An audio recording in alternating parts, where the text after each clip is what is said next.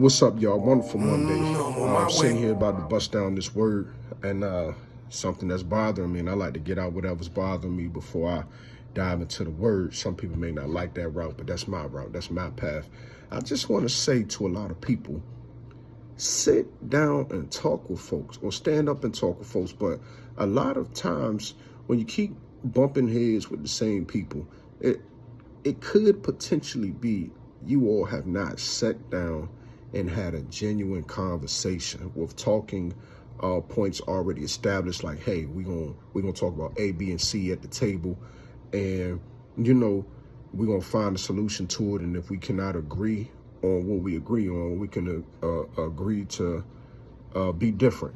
But people are not doing that these days, and they wonder why problems persist. Or you wonder why, like for me, a lot of people want to text. And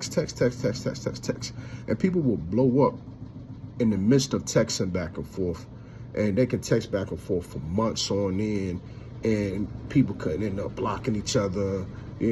I'll block you fast. You know what I'm saying? And I'm not saying that as a accomplishment, but what I'm saying is, if I feel, as I made a post yesterday, if I feel that you are an adversary, then I'm not going to continue to allow you to have such easy access to me. Like, you're going to have to jump through some hoops to get it. You know what I'm saying? Like, I'm a public figure, so you're going to be able to access some things about me, but you're going to have to go through some hurdles if I feel you're an adversary. You get what I mean?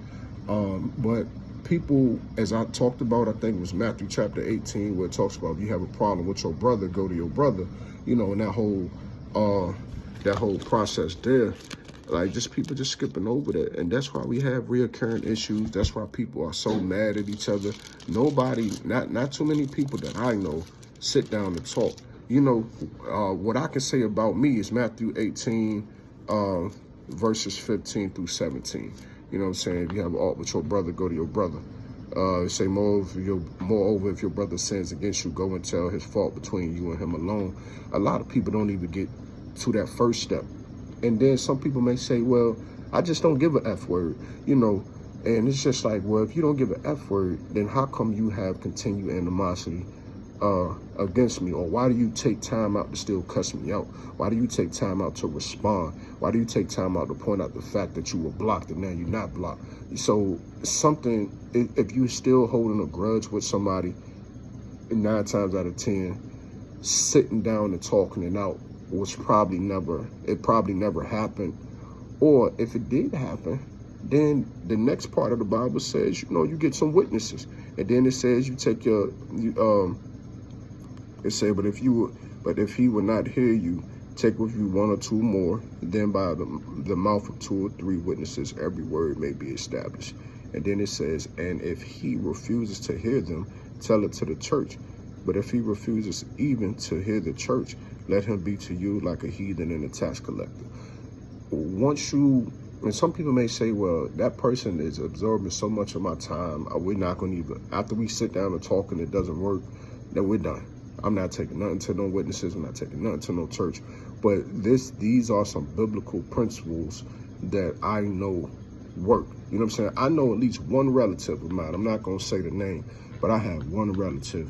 This was my first hero, if I can put it this way.